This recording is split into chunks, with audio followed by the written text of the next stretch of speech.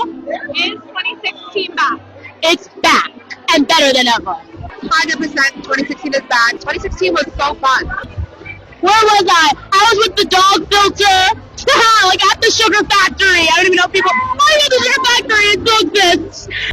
I was busy being a child. But like I was thinking, I'm like, wait, this is iconic.